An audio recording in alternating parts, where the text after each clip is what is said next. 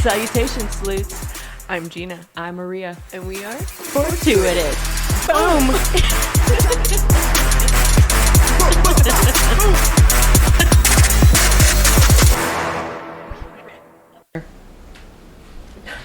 just not a girly girl. It's not girly girl. It's therapeutic. Well, your therapy is different than my therapy. Is there only one in here? Oh, fuck, there's only one. Maria, pause. I think there's... It says Why one would they only put one in there? Am I crazy? iPads, take it apart. Have you done this before? I don't know. That makes way more sense. That's what I thought. I was like, why is it... Because it was pretty thick. It'd be like that sometimes. She's beauty and she's grace. A behind the scenes of how women get their beauty. I think I'm really gonna be pretty after this. You mean prettier?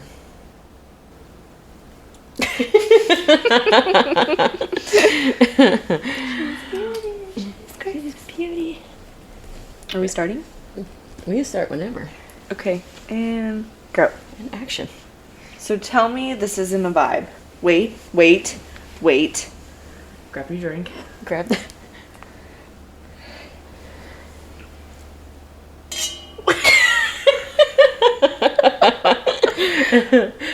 I was gonna say, for those non-watchers, I have the biggest wine glasses that I've ever seen in my entire life, gifted to us when we don't even drink wine. But I've got water in mine, and Gina has tequila and Diet Coke. Tequila and Diet Coke and a nice-ass wine glass. And this is my moment.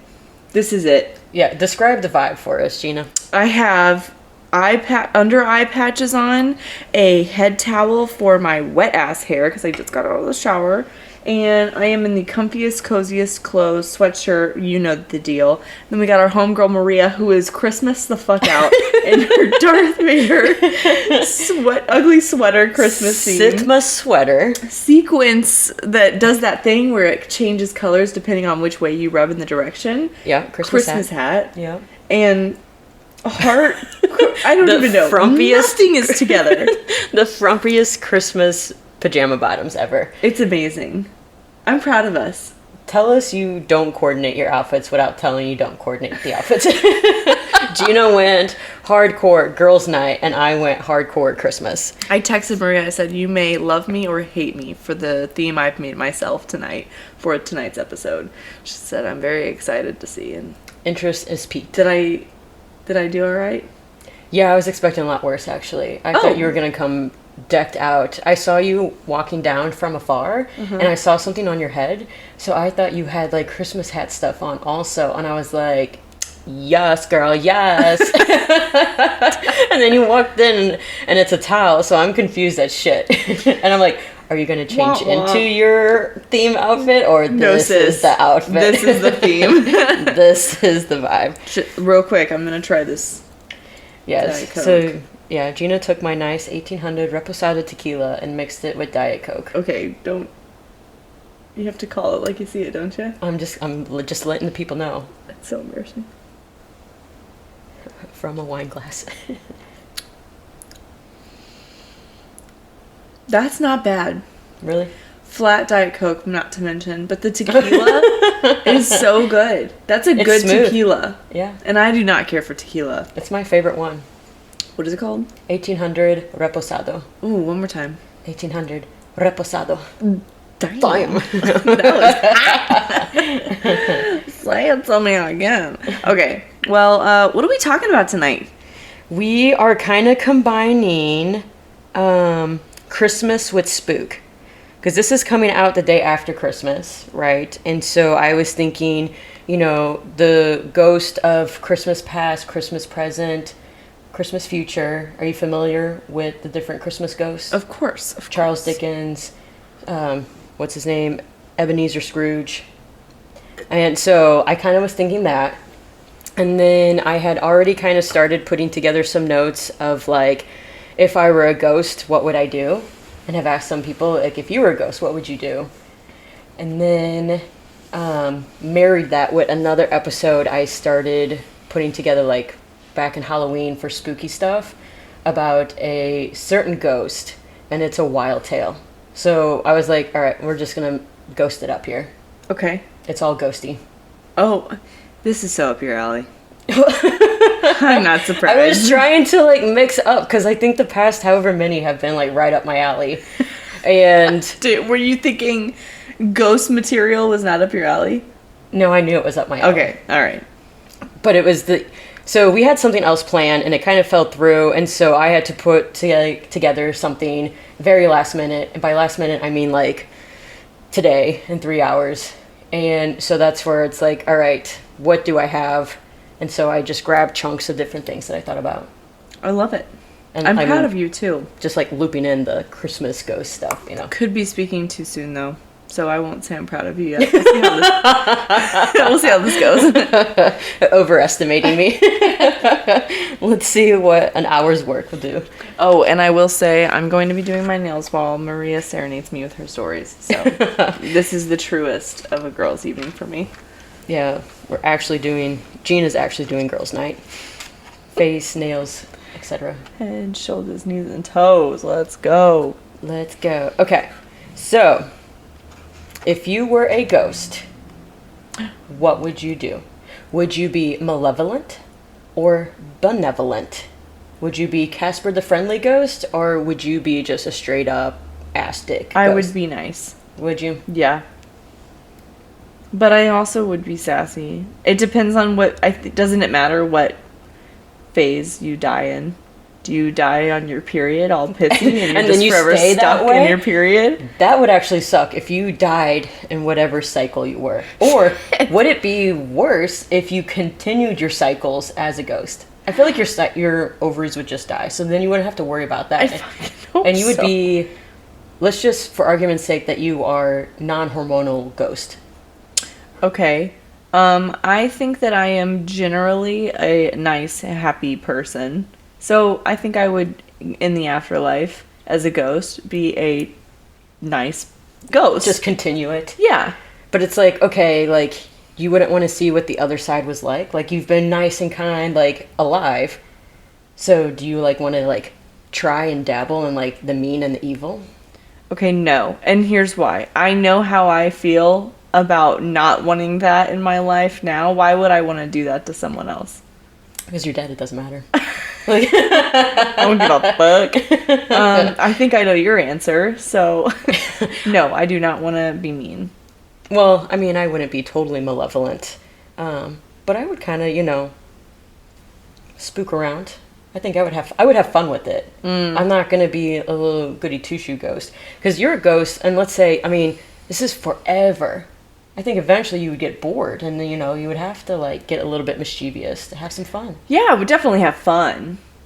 But in my head, I think of ghosts that are angry, are forever stuck. Spiteful. Yeah, like they are stuck in this mood. They don't just choose, like, oh, I feel like being frisky today. I don't think it works like that. So if I'm hoping to choose one, or choose whatever I'm gonna do, I'll be an overall nice ghost that like tries to just like make things a little bit easier for people, and they're like, oh, that just happened, how did that happen? But then some days when someone's being a little bitch, I'll be like, you need the world to kind of harmonize for yourself. I'm gonna spill your drink, Knock you off your high horse. Yeah, exactly. Yeah, I think it would depend on the family or the people that you're around. Yes. Yeah. And, I mean, just depend on my mood that day. I love that I know your answer. It's just so fitting. And then, like, okay, let's say that you are not homebound. Let's say you're not stuck in one particular house, kind of like in Beetlejuice. Let's say you can go anywhere. That's a good question. Lots of options. You could travel the whole world. Would I go anywhere? You know what's so funny to think is that I'd be a ghost. I think me in ghost form would still be scared of things. Really? Why? Don't know. But you know, like, sometimes you're scared to ride a plane because you think you're gonna die. But you already did. But you already did. You already did. Yeah, I don't know. I feel like I would definitely try, I would definitely do some wild things. Like, I'd go skiing. Or not skiing. What's it called when you ski? Water skiing. Water skiing. I would do water skiing. I'm too scared to do water skiing. I would jump out of a plane, no parachute. Yeah. Yeah, skydive, but nothing. Land wherever. But start the adventure there. Oh man. Oh man. Do I feel the anxiety that comes with falling out of a plane as a ghost? I think it would be thrilling, like, your first couple times, but then once you, like, you know, you get to the ground and, like, nothing's painful. Because that's the scary part, right? Is, like, jumping out of a plane is that, like, oh, you could die or this could hurt. Once that factor is taken out, then yeah, the thrill, I think, eventually would be gone. Okay, let me ask you this. There's also the type of skydiving where it's you fly and you're like a parachute bodysuit. Oh, and you have the wings? Yeah. I would definitely do that if I was dead. Would I do it today? No. No. Absolutely not. I was watching a show the other day where Orlando Bloom is doing these like 3 really outlandish things where he trains for a long time to actually be able to do them, and one of them is to be able to do that. And he starts from not having ever, you know, jumped out of a plane before. Yeah. And I mean, it's a whole process. It takes weeks and weeks. The whole journey. And that's of him doing it nonstop. You know, someone with the time and the money to do that. The money. But if you're not in Orlando Bloom's position, it could take years. So yeah, to just go and do that because I'm dead and can, fuck yeah. Oh yeah. I would go to like all like these like really old castles and like really neat libraries, and I would go to like the churches that I've like kind of sent you, where it's like they're made up of like skulls all on the inside. Oh. Like I would do yeah, all that sort of stuff. And then it's like, okay, well, while I'm there, I might as well give the people what they paid for and give them a little spook, give them a little haunt, you know? would. Like if I was in a library and I'm trying to like communicate with someone, I think I would like, okay, whatever aisle they're down, I'm going to like try and communicate via book titles. So I'm going to like, you know, shove a book out, and the beginning of the book is going to like say something and they read it.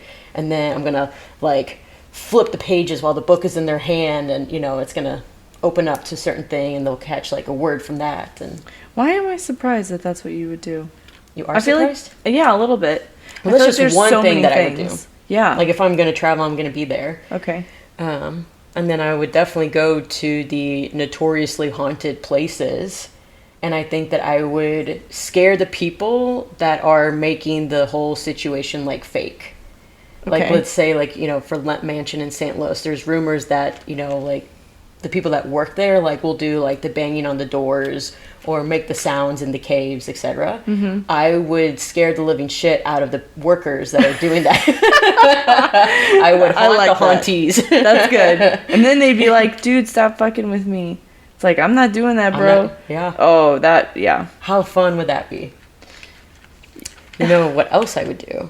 Is I would find out from that one stranger from the mall if it was an actual pyramid scheme or not. Oh my gosh. You had that sitting in your back pocket ready to roll. Front pocket. It was the first thing that I have on the list. I want to find Discover if pyramid scheme.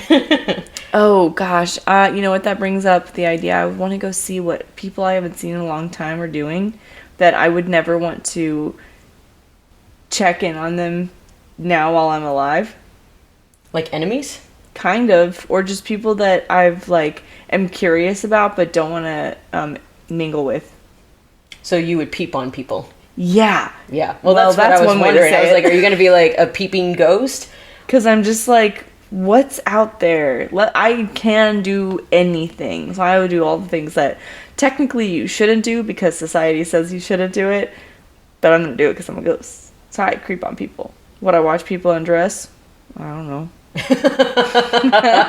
think that is an answer. If you don't know, then it's a probably. It's possible. I mean, eventually curiosity is going to get the best of people. Yeah, right? I mean, like, again, this sounds weird. It's like, Gina, are these your intrusive thoughts? But are we not all thinking it a little bit? Like, if you're a ghost and you can do these things that you are never supposed to be doing in reality of society. Or if you get in trouble for doing it alive, then I would definitely do all the things I'm not supposed to do, but I don't want to hurt anybody. Like, I don't want to be a mean ghost, if, you know, to reiterate. just a creepy ghost. Just creepy. Yes, I like that. Yeah, I think, like, I would definitely, like, fuck with people. And, like, some of it would be petty, and then some of it, like, I would take to, like, the next level. Like, some petty small shit I would do is, like, okay, if they like their toilet paper a certain way, then I would constantly flip it. And so instead of having the toilet paper over like you should, I would flip it so it's under. And then it's going to drive them nuts. They're like, who the fuck keeps changing the toilet paper? Who's putting it on wrong? I like that one. And then I would definitely read people's diaries. I'm a nosy critter. I'm curious as shit. I would read their diaries. Yeah. Oh. Sorry. Am I driving you crazy as I keep adjusting these eye patches? No. Okay. And then I would fuck with people that actually use the Ouija boards. Like, I would go and they I would make mess themselves with them. creeped out though. Yeah, so it'd be really easy. Well, you know what would be even better is if you've got a bunch of little fuckers fucking with that, and then they're like, haha, that's someone's in here doing it. And then when they all take their hands off, then you actually go there and you're like, I will put your enemies in the ground. That's good. Your bloodline ends with you. Throwing it back to the previous episode. Go watch. And then I think I would, like, haunt the shit out of your ass, like, if you were still alive. Why? To make you What did I just say? To make you a believer, because you don't believe in it. So. In ghosts? Yeah. I would make you a believer. Bitch. In another life, you bitch. In the afterlife, bitch. So now I'll know. I'll make sure that you'll know that it was me. Wonderful. Would you, let's say you pass before Greg, would you let Greg know that you are still present? Like, would you kind of give him some hints or signs that you're still hanging around? Yeah. Like, you don't think that, like, oh, like, because some people, like, find peace in seeing, like, signs that their loved ones are still around. Mm-hmm. You know, they take peace and solace in that. But I think, like, for some people, like, okay, if they are around, then does that deter them from moving on? Like, well, if he knows that you're around... I don't want him to move on. Exactly. That was my point. I'm kind of fucking... I say that 50-50. I would want him... We've talked about this way more times than you probably should. But that we have a rule. Like, I have put a rule in there, and this was well before we got married. I said, if I die, you need to, like, not move on. And this was based off of one of our... the hard question episode. Yeah. I was like, I need you to just not move on for at least a bare minimum of 1 year, like off the chart or off the radar. That's fair. Minimum of 1 year. I think that's still really soon. Hands down. So like, if I'm in that weird limbo stage where I'm like not really sure where to go or how to move on in the afterlife, mm-hmm. I'm damn well gonna spend my time making sure that fucker stands by his word. That he abides by the contract. I'll send him some cute messages, but if he fucks up, then hell will break loose. Then it will become malevolent. And he'll be like, Gina, move on. I'm like, you knew it was me all along. How did you know? There's just like chocolate wrappers everywhere. I'm like, damn it, Gina's still here. That's actually such a cute concept. Yeah, I think like I would definitely like let Vic know that I was like still there. Mm-hmm. But I think after a while, I think eventually I would just make my presence kind of less and less known, mm-hmm. and then just kind of like check in every once in a while because I do want him to be happy. I do love him, and I would want him to eventually like move on.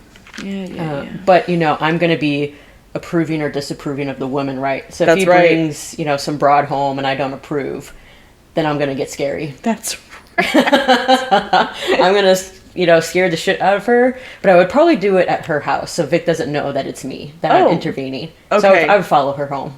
Oh. So we're back to being a little creepy, but it's allowed. Creepy, yeah. I think to let Vic know that I was here. I think anytime that he farted, I would flicker the lights almost like in the hee fashion, like hee hee hee hee hee. So he knows that it's me laughing at the fart. He would actually hate you. He would just grow like hatred I wonder for like you. how long it would take for him to like put it together that like every time he farts the lights flicker. Oh my gosh, maybe a few times, but that's alright. Like how many times is it no longer a coincidence? Okay, I'm gonna pause. Are you moving this? Got some things. I forgot something. You forgot some things. Pause. Okay, pause. 1. Where's your glue? Oh, it's in my drawer. Top drawer. Can I borrow some? Can I Yes. have some? Yes. Because I'm seeing how long your damn nails have lasted, and I'm like, I'm gonna have to get my hands on that. Yeah, it's been almost a whole month. I don't think mine are gonna last that long, but it's worth a shot. Please hold. You said, do you have everything? I'm like, yeah. Yes, I did ask before.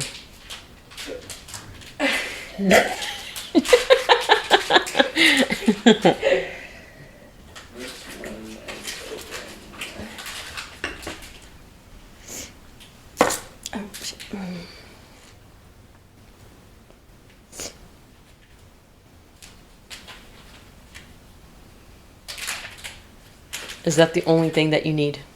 Yeah, Okay. Are you sure? pretty sure. Think about it. Okay.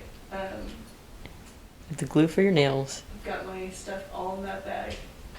Okay. That was everything I needed. Do you need like any napkins or paper towels? Not a bad idea. Yeah, because this Yeah. is, you know, a new couch. Yep. Yeah. You're like, Gina, say it before I have to. I'm just throwing out some ideas. Okay.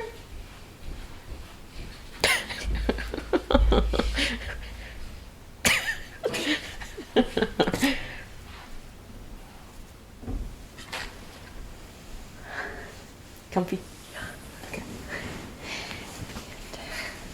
You want to scoot that closer again? So I can reach it when I'm thirsty. Which one? This ottoman. Grab it with those fingers. With the fingernails. Teeny little nails. then they would pop off. Okay. Alrighty, I'm ready. Okay. And then I think the other way that I would let Vic know that I was here was I would take like the cocoa powder and dump it on like our island and then like make a little smiley face in it. Then he would know it was me. Why the cocoa powder? Do you guys have a thing with that? We have like a chocolate milk thing and he uses way too much cocoa. Like there's still like crumbs of cocoa powder left after he mixes it. Like there's more cocoa powder than milk ratio. I want to ask you why there's such thing as too much. There's not too much. There is. There's not. When you are choking and coughing on cocoa powder, when you take a sip of this chocolate milk, that's too much cocoa powder. When it's like, when you're doing like the cinnamon challenge, but with cocoa powder, when you drink the chocolate milk, Okay. that's too much. Is he just not blending it enough? He's blending it as much as he possibly can. That's what I'm saying. There's too much that it won't even blend in the milk. It's over equilibrium. Okay. It's oversatiated. That's cute. That's good. That's a cute, innocent, ghostly move. Yeah, so yeah, he would know it was me. Less friendly. If I'm feeling spicy, then I think I would write messages in blood on the wall, but I would make them positive. Oh my god. Like, you are amazing. Drink your water. Okay. Or, what else would I do? Those shorts aren't flattering. Like, I would let a bitch know. Don't wear those. Okay. So, yeah. So, I would write positive messages, but in blood. In blood. Oh, okay. I kind of missed that one. Don't do that. Go away with those. And then, like you said, like, I think it would depend on the families. Like, if I'm in a house and the family is, like, a well-rounded and very wholesome, very nice family, Oh my goodness. I would terrorize the shit out of them. Oh my gosh. I would give them a healthy dose of trauma. Why? Because no one should be that happy. Like, come on. Oh, Get, honey. Like, no. Someone hurt you. You know what? Everyone needs a little bit of trauma. It makes you stronger. It will grow your bond of a family together. Sure. You know, and keep things spicy. Who wants a really boring, safe A life? lot of people, but that's okay. Yeah. Yep. So, yeah, if it was like a nice family, I would terrorize the shit out of them. If it's like a shitty family, then I'm like, you know what? You've had it rough. Yeah. I'll be nice to you. Okay. Yeah. All right, good. Don't. Sometimes if they're like too great of a family, isn't it not annoying? No.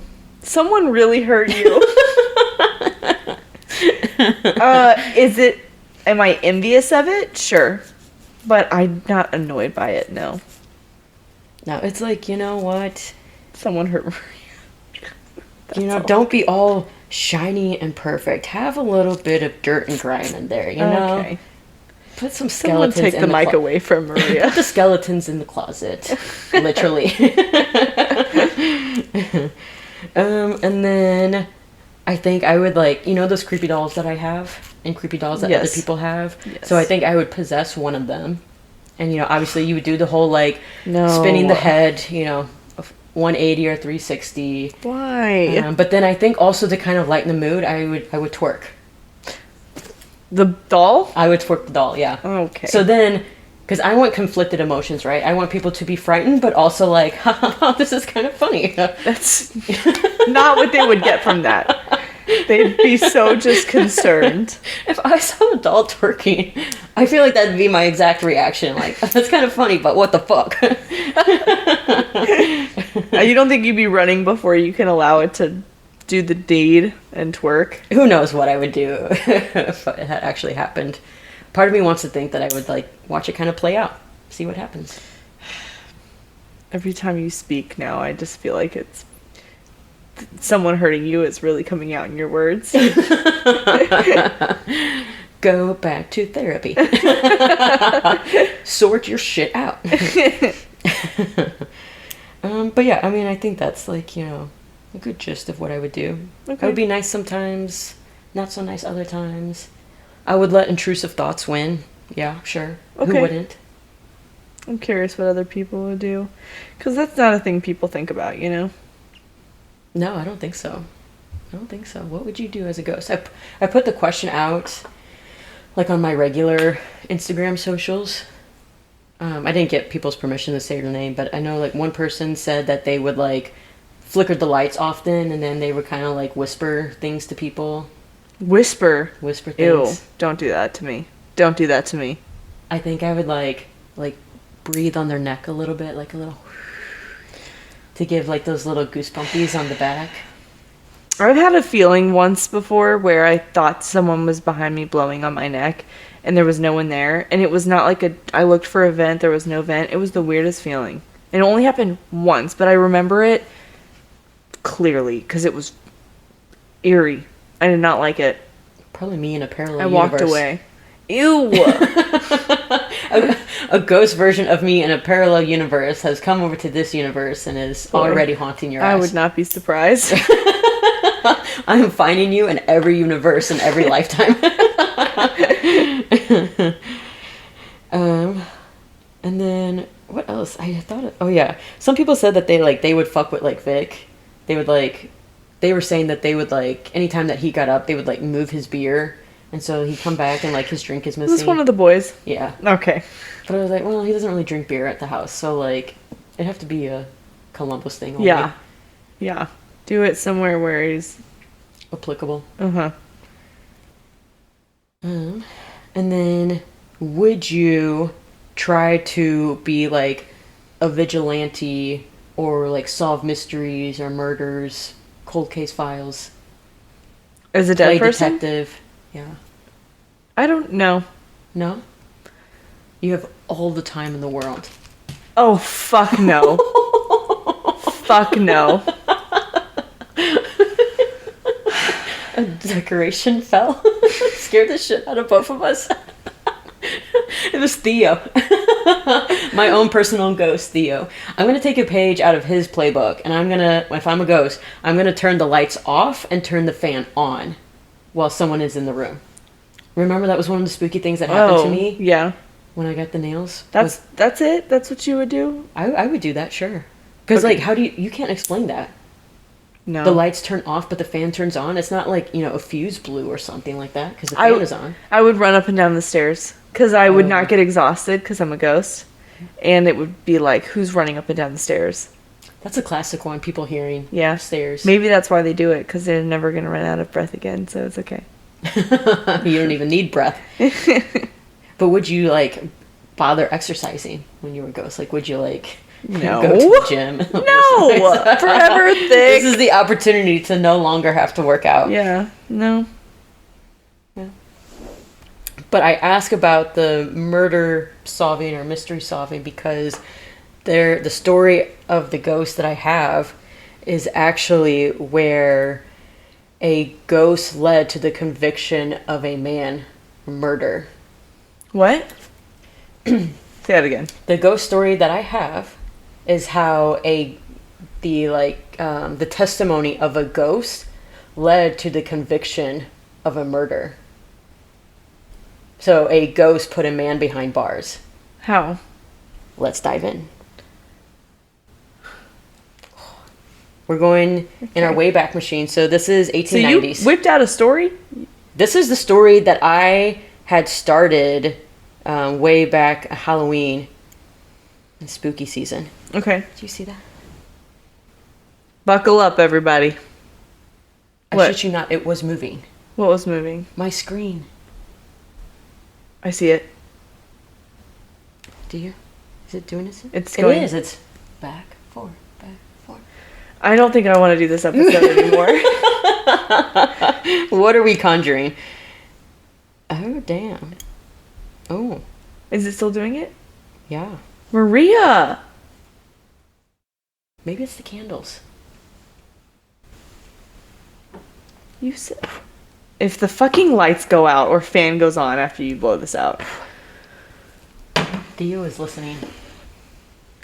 Dio, step off. I don't know why it's doing that, but the show must go on. I don't want the show to go on. But this is really like a really fascinating story, and it brings up lots of questions, and I'm really curious what you will think of it. Okay. Okay, so 1890s, we have your classic tragedy featuring a lifeless young bride, her dubious husband, and her bereaved mother. Dubious? Dubious husband. What's that mean? Let's look at the synonyms.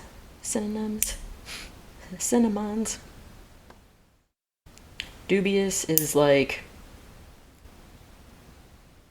it says hesitant, undecided, unsettled, unconfirmed, not to be relied upon. Okay. Suspect.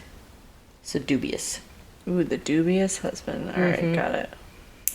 However, this story also has the plot twist, which is a testimony from beyond the grave led to a murder conviction. Okay, so I will just put it out there. This is 1890s, so history and conflicting data, contradictory data out there. But I grabbed my information from an archivist who did her due diligence going through various records and putting together her story. Okay. And then the other source I got was a history.net. So the two sources that I looked at, I meshed them together, and this is what I got from it. Okay. Okay.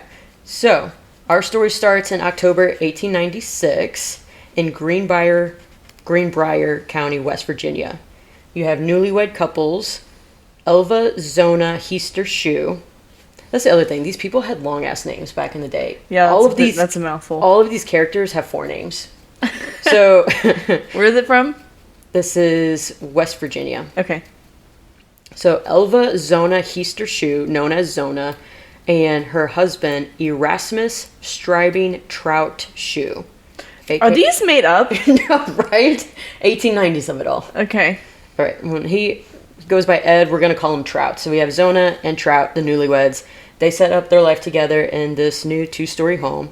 Despite not knowing each other for a long time, they got married, which is typical of the times. It was a 3-month ordeal.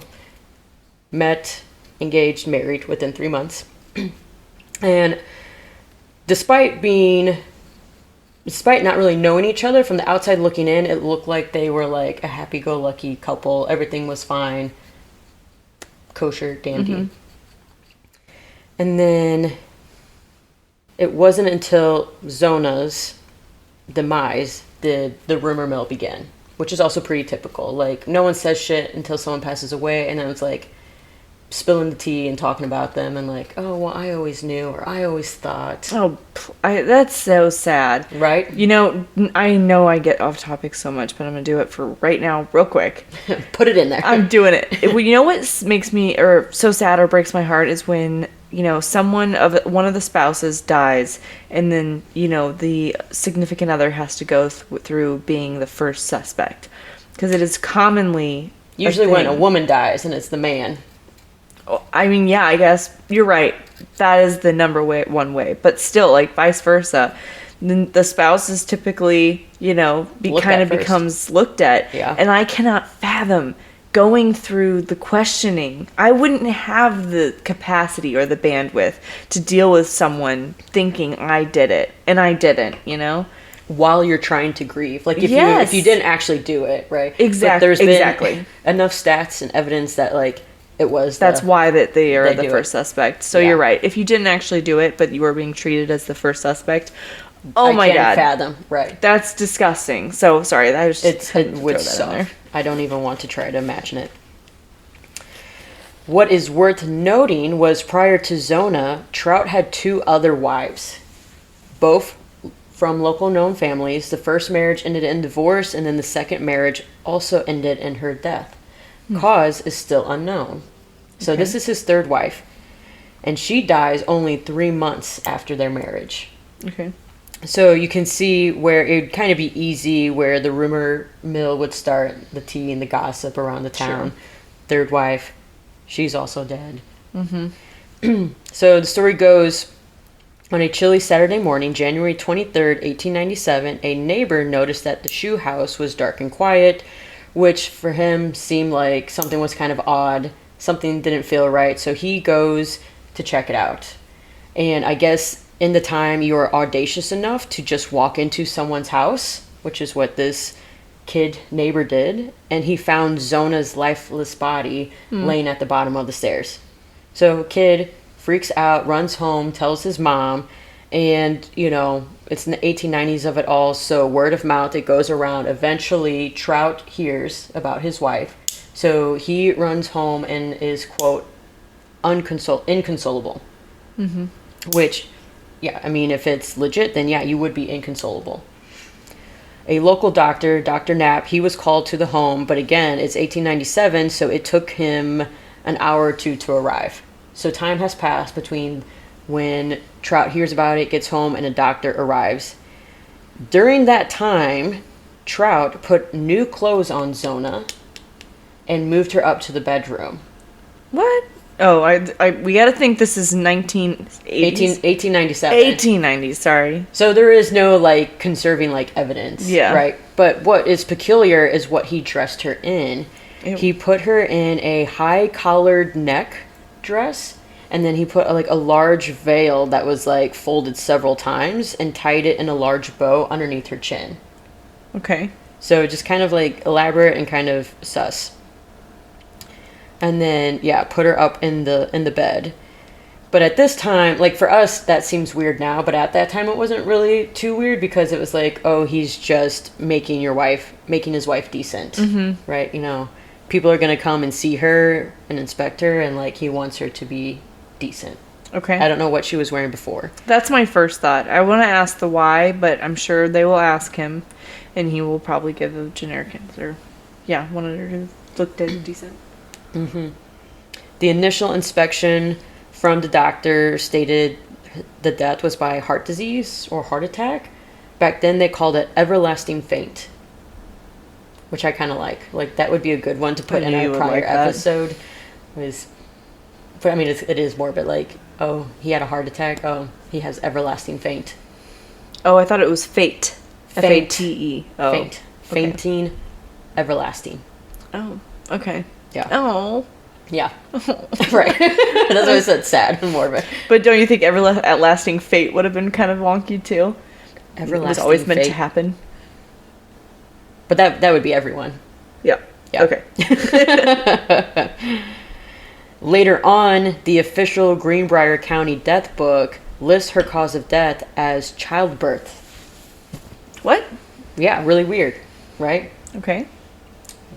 So we'll continue. Okay. After examination, Zona's body then was taken to prep for the wake and the funeral in the next few days. But when her body arrived, her mother, Mary Jane Robinson Heister, again with the 4 names, made it clear while she's like at this place where her daughter is like getting prepped for, she made it clear that she thought that it was trout.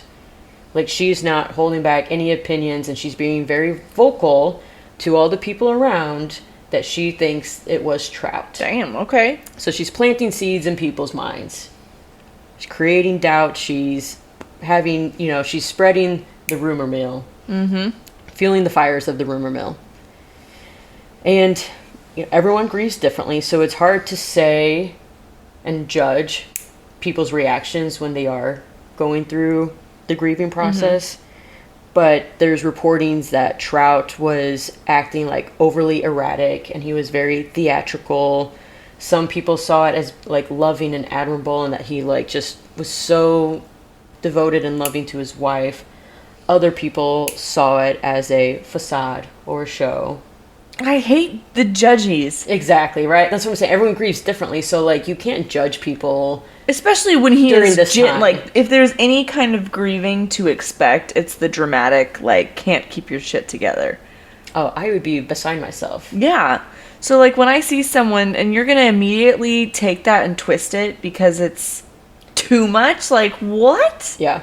Also, like, 1890s, like, people don't have shit to do. People are bored. That's the same shit today, though. And they do it today. Nothing different. Has changed. It's just worse because there's social media to spin it out of proportion quicker, almost. Yeah. People be peopling forever. Oh my god. That's insane. Mm-hmm. But there's reportings that, like, while they were at the wake and the funeral, like, he stood by her casket, like, the entire time. Mm-hmm. And, like, wouldn't let anyone, like, touch her body. And was just, like, really watchful of how people reacted around her. Mm-hmm.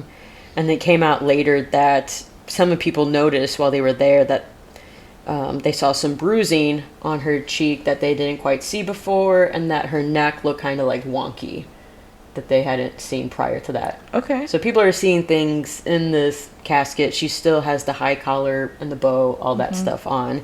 But they're noticing some things that they're like, that's kind of weird. Okay. Like, questionable.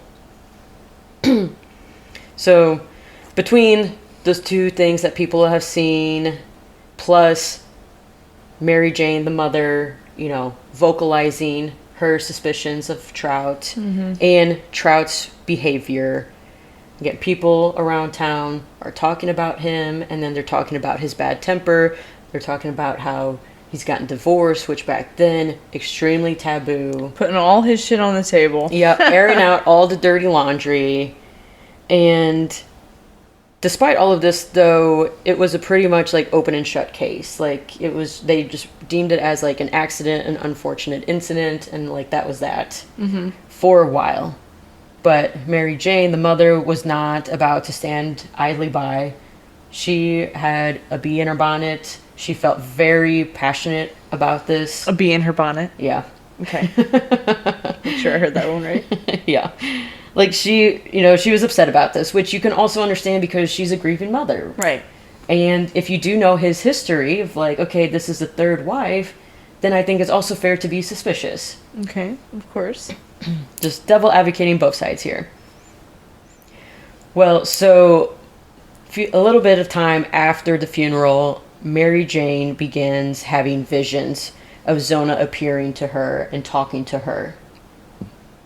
So, like, she's seen visions of her daughter coming back and talking to her. And there's a specific vision that she had that is the excerpt that they use in the articles that I found. And it says, quote, "He was mad that she didn't have no meat cooked for supper. And she said, I had plenty. Don't you think that he was mad and just took down all my nice things and packed them away and ruined them? She came 4 times and 4 nights, but the second night she told me that her neck was squeezed off at the first joint, and it was just as she told me. So it's kind of like, because they like literally took verbatim like what she said and how she spoke, so it's kind of confusing. But essentially, like, she had one vision one night where Zona comes to her and says that like Trout got mad at her because she didn't cook him any meat for supper. Mm-hmm. And then the second night, or the second vision that she had, she's saying that Zona is coming to her and telling her that her neck was squeezed off at the first joint. And so Zona's saying stuff about her neck. So then the mom is very persistent, and she is able to pressure the Greenbrier County's prosecuting attorney to the point where they do an exhumation. So they exhume the body. They unbury her. Oh. Yeah. And so they do another inspection. So upon this inspection this time, they discover a broken neck, which was never reported in the first inspection. So it's like, okay, why was it not reported in the first one? Because how the fuck do you miss that, right? You wouldn't, if you were a doctor, you wouldn't be able to miss that. No. Okay, so the first doctor, he doesn't note it, and he puts her cause of death as childbirth. That's so random. Weird. I do feel like there's a lot of those back in the day. Of childbirth, though? No, throwing shit out there because you don't know. Like, no offense to anyone in the 1890s, but like, the best one you can come up with is childbirth? Like, this is a whole-ass woman with a husband. A whole-ass woman with a... Like, she grown. So, you know, it's just really weird. Yeah. It doesn't make sense. It is unsettling. They do find the broken neck, and Trout is present during this whole second autopsy, or the second inspection, and his actions during this were deemed as shady and odd. He was labeled as, quote, suspicious. So between his behavior at the funeral and then this one, the mother planting the seeds, these new findings of a broken neck, he is placed under arrest for Zona's murder. A few months later is the trial. Even though they don't have official evidence? This is all circumstantial evidence. He goes to trial. Again, 1890s. Okay. And at the trial, apparently Trout did not help his case at all. He filibustered for a while, so he went into great length over like unimportant details, like killed time for who knows what reason, right? Maybe he is grieving and he's gone mad. He's beside himself. If I were him, but when you say beside yourself, I feel like that's a statement that is so underrated. Understatement. Yeah. I mean, like, there's a word for it. Thank you.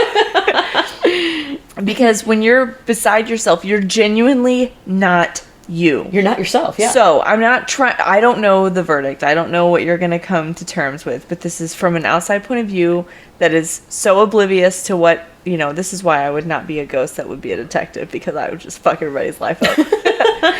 It would just be absolute, like, I would be chaos. I would put everybody's ears up and confused and probably thinking I did something, because I'd be fucking mad.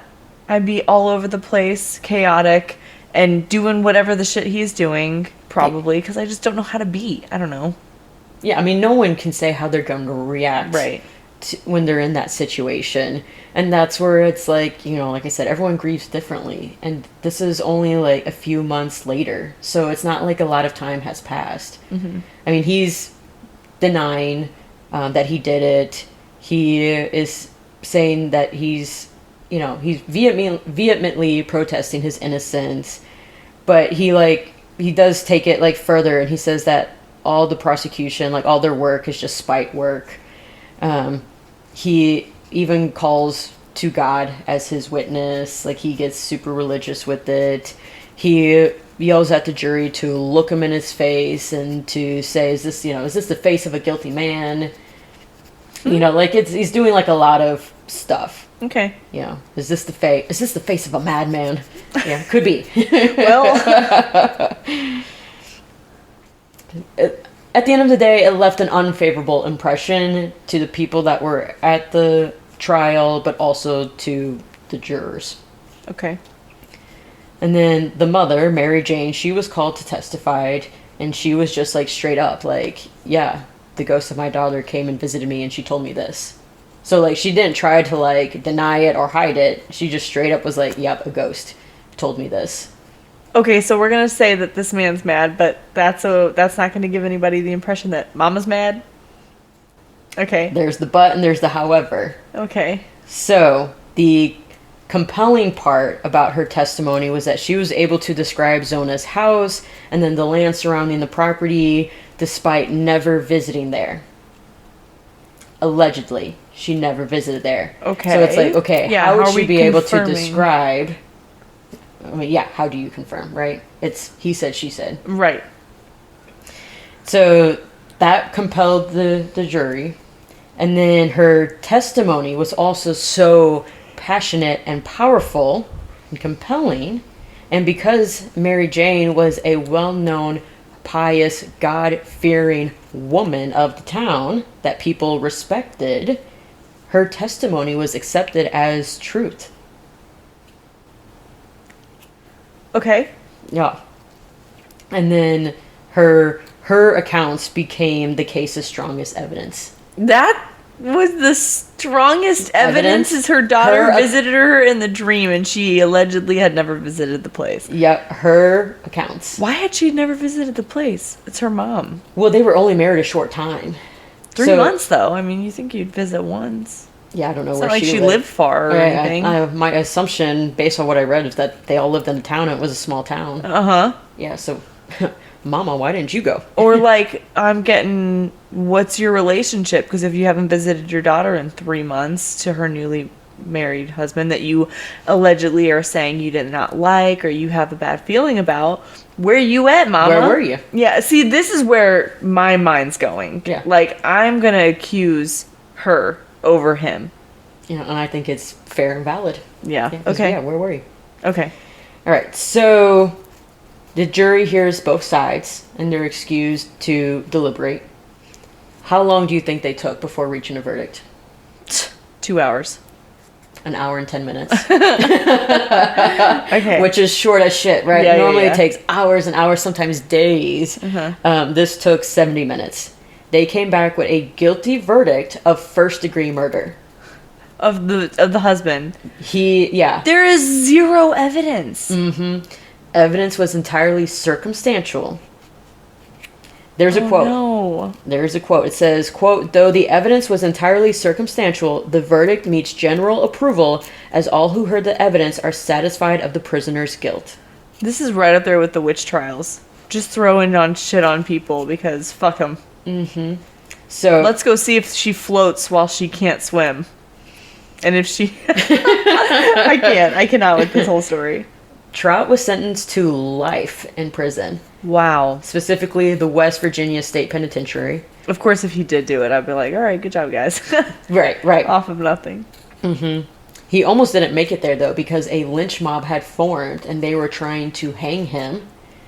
And then there was even, like, a shootout between the police and the lynch mob. Like, it was a whole... Because they wanted to kill him that bad? They wanted to kill him. Oh, my gosh. Yeah. I mean, luckily, like, well, you know, he eventually makes it to the prison. Like, he didn't get shot. He didn't get lynch mobbed. He does make it to the prison. And he ends up dying in 1900 from a tuberculosis. God, tuberculosis outbreak in the prison. So he goes to prison. He does go to prison. He only lasts, 2-3 years before he dies from tuberculosis. So tell me what this has to do with the ghost visiting. You're saying the dream was the visit, was the determining of the verdict. There's really no true verdict. We're just chalking it up based off of a fucking dream. Well, this really happened. It was a verdict. I know, but based off of the dream. We don't even know if she actually had the dream. We don't know if it was a dream, right? She says vision. So she sees... We don't even know if she had the vision. Why aren't we taming that bitch and for being a witch in the witch trials? So questions are, was Trout really guilty for murdering his wife because she didn't cook meat for supper one night? Like, that's a pretty... Like, I have anger issues, right? But, like, am I going to punch a wall because I didn't get chicken at dinner? Meat for supper? No, I'm not. Um, And how long were they together before they got married? I think it was also really quick, like maybe 3 months. Okay. You know, okay, let's throw this out there. Could Zona have actually died in childbirth? And none of this actually happened, and it's just like news reportings. Well, but there's the broken neck. Like, that's a little fucked up. But did she even, like, was that actually Zona? Or did the real Zona die at childbirth? Was this another woman? Wait, you think it was another person? I'm throwing out all the hypotheticals, the what ifs, the maybes. Because her death certificate says childbirth. So did the real Zona die at childbirth, and this is a different woman? Ew, I don't like that. I don't like that theoretical. It could be a possibility. Where's her body at, yo? Exactly. And who was that woman? I'm going to say no to childbirth, because you're saying she was trying to give a baby at the bottom of the stairs after only being with her man for 6 months? No, like, she died at childbirth. Like, she died as a child. That's not saying she died giving birth. Now I'm confused. Back up. Right, that's why it's so fucking weird, because it said that she died. Wait, now you're confusing me. She died at childbirth. I'm thinking at childbirth, like she was like trying to deliver a child. Yeah. So that makes more sense. Did you think that? Like that she died while her mom was delivering her. I'm like, that's why I said she's a whole ass woman. Like, how is that even possible? Okay, now I'm understanding your confusion. And that makes sense because the author also points out that, like, other records does show that she gave birth to a boy out of wedlock, like, a few years prior. Oh. So she did have a child, but she didn't die during that. So that's what I'm saying. There's all these contradictory stuff. Dude, I thought when you were telling the beginning of this that there was a ghost that helped actually create, like, find the verdict. Holmes ghost. Yes.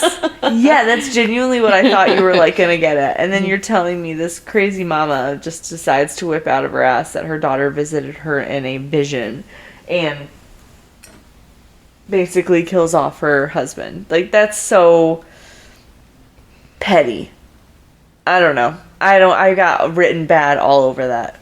Well, it's like, okay, also, like, think back to, like, okay, the young boy. Like, what, he just sees that the lights in the house are off and he finds that suspicious? Like, I would just think no one's home. Why did he go into the house in the first place? Yeah. Okay, and then, like, she's a little nosy posy. She's at the bottom of the stairs. If she fell, it's very plausible that she broke her neck going down the stairs. Oh, yeah. That's, like, the biggest thing is, like... Oh, my God. A broken neck can happen from falling down the stairs. Oh, my God. There's... Right? So many questions around this. I actually am going to go pro. This guy was not guilty. And I feel so bad that that was his life. His wife died. He got the verdict that he was guilty from his crazy stepmom or mother-in-law, sorry, and then went to prison, died 3 years later from tuberculosis. Like, what is that? I hope he's haunting people. I hope he's haunting the mom. Yeah, because it's like, you know, was this a witch hunt, to your point, against Trout? Like, did they just disapprove? Was this like a really religious, pious town and they disapproved of his divorce, and then they find out that his second wife also died? This poor man, if his second wife died of, let's say, like, natural causes, and then a third wife dies from an accident, and he essentially is witch hunted, and then he dies in prison from tuberculosis, like, that is shitty. That is shit. See, those are the kind of people I would suppose haunt people. Those are the people I think are angry spirit, stuck in limbo. Yeah, that would be an angry spirit. I would be pissed off. And then another little nugget to just throw in there: one of the 6 jurors present during the trial is really great friends with Mary Jane, the mother. So he's a touch biased. Yeah. And I feel like that was so common. Like, today they do a whole ass process to make sure there is zero bias. But for something like that, yeah, how do you determine that? I don't think they cared about it, honestly. They needed all the voices they could get. And, like, there was 6. I always thought you had to have... I guess it doesn't matter if it's even or uneven. Because I thought, like... Because it has to be unanimous, regardless. So it doesn't matter if it's an odd or even number of jurors that are there. Because I'm thinking, like, oh, if it's 4v3, the majority wins. But it has to be unanimous. Yeah. And also turns out that this friend, neighbor of the mother, was also the one leading the lynch mob. So he had a personal vendetta against this man. Yeah. That's annoying. Yeah. I'm annoyed for him. Poor guy. Poor Trout. If he didn't do it. Yeah. No kidding. If he did do it, then, well. Justice from beyond. Yeah. Okay. So was that our main story for the night? You got something else for me? Nope, that was it. It was, what would we do as a ghost? And then this ghost may or may not have done something, or maybe it was the mother. Let's just take it back to for you doing this on the fly. I'm proud of you. Thank you. So you are proud. I'm proud of you. Thank you. I was always proud of you, but now I can validate it. Oh yeah, it wasn't too bad. Where are we at on time? Oh shit, I thought it'd be 45 minutes. We're at an hour. I was trying to make it short. We always are. I know. I think I have to shoot for like 15 minutes and we'll make it 45. Yeah. Good plan. Do you have a weekly wow? I haven't had one in a while, have I? You haven't, no.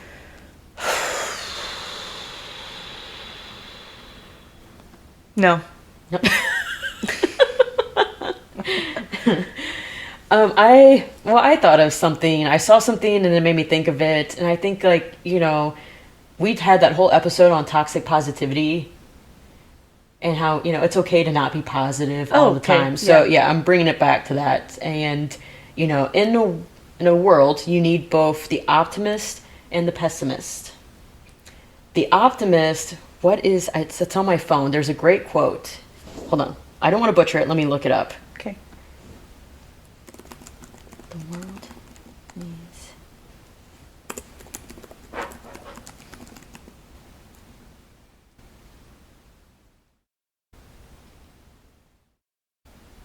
Okay, yeah. Both optimists and pessimists contribute to society. The optimist invents the airplane, the pessimist the parachute.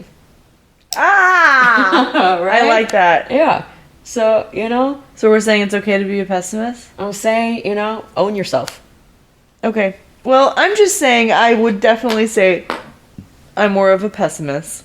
I don't want to be. I'm always trying to be more positive. But naturally, I see things in the lens of glass half empty. And I think that, like, it's okay to want to be better or more of an optimist. I think the whole idea is that, like, regardless, you are needed for society. And quite frankly, I don't see it as a bad thing because Greg's always like, don't be so negative. And, like, you're right, I should not be negative. But also I'm thinking, like, okay, I'm being real. Like, I'm thinking ahead. I'm thinking of all possible scenarios. Call it anxiety. Call it a pessimist. Call it realism. Call it realist. I see it as a realist. So, okay, I love that. That's a cute one. You gotta have the balance. And you had the quote with it. That just made it that much more better. Yep. That's what made me think of it.